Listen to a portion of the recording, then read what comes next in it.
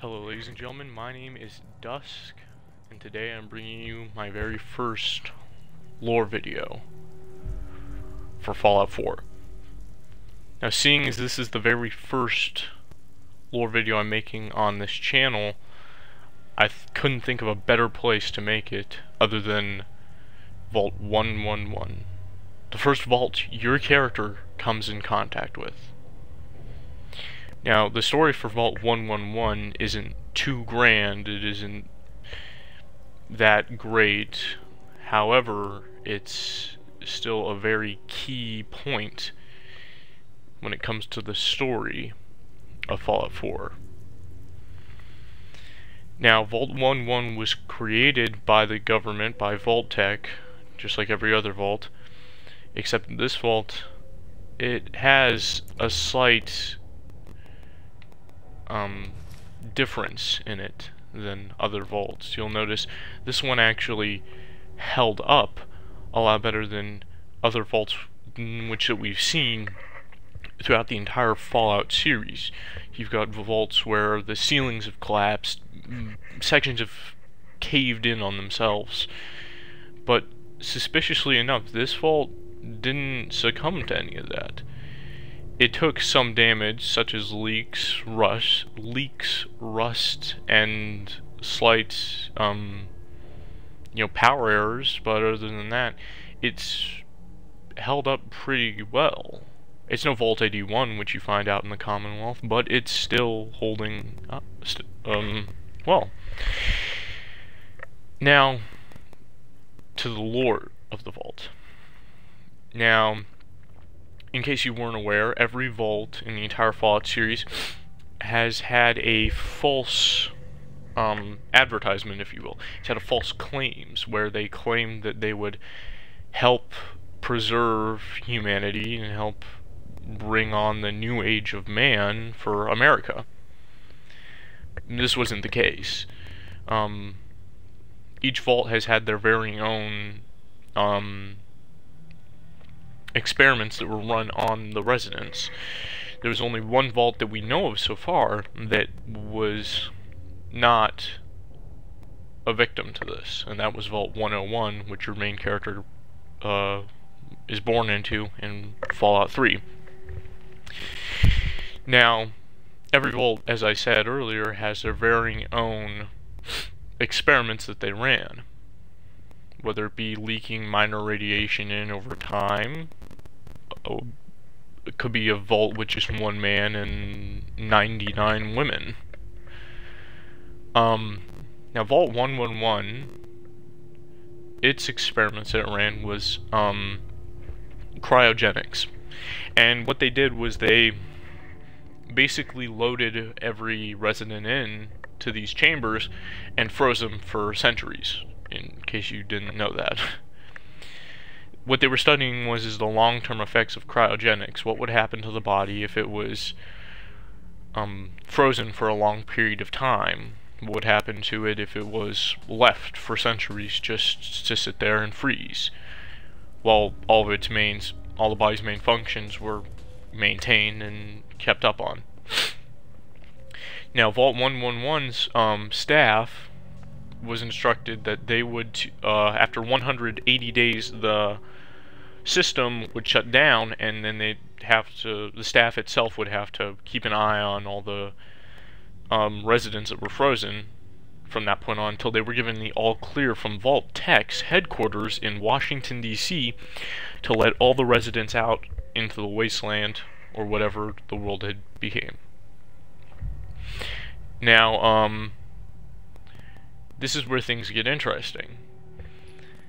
As we know, in Vault 111, as you can see, there's bodies of even workers of the staff. And what actually happened was, as you can probably already assume, the order never came through. If you played Fallout 3, you know this because Vault-Tec's headquarters did not sustain and did not hold up as previously thought. This is where the whole Vault 111 staff gets splitted and divided. They start picking sides. Half of them want to leave, the other half think that they should stay and wait out for a order that's never going to come. What ends up happening is they end up leaving, and they either end up getting scattered, or the ones that tried to stay put up a fight and were killed by the others. That shows you the bodies. That would explain the bodies around the area. Now, because the system failed and the staff went rogue and did not stay and keep track of all the residents, the system had an override and a malfunction. Therefore, being as to why if you try and open up a cryogenics pod, it just gives you a error, because you can no longer open pods because the system was not taken care of as it should have been. Now there was one point where where everyone could have left, but as you probably assumed already, the staff left, as I said multiple times, so no one was allowed out. Our character was lucky enough to leave at the time in which he did, where he was woken up by Kellogg, as everyone else was woken up at the same time. But he was the only one that was able to get out when the system failed. Other than that, there's not too much else to mention. There's just like I said, a couple bodies laying around. This vault is different, seeing as it does have a massive elevator that takes you up and out of it, whereas even other vaults in Fallout 4 have the iconic, just a big heavy vault door that rolls over to the side and you walk in. But like I said, other than that, there's not too much to mention, other than that this was what you could call a baby vault. As you can see right here, this vault just finished construction. You can tell that due to all the construction vehicles laying around. The tankers, things like that. Or trucks, pardon me.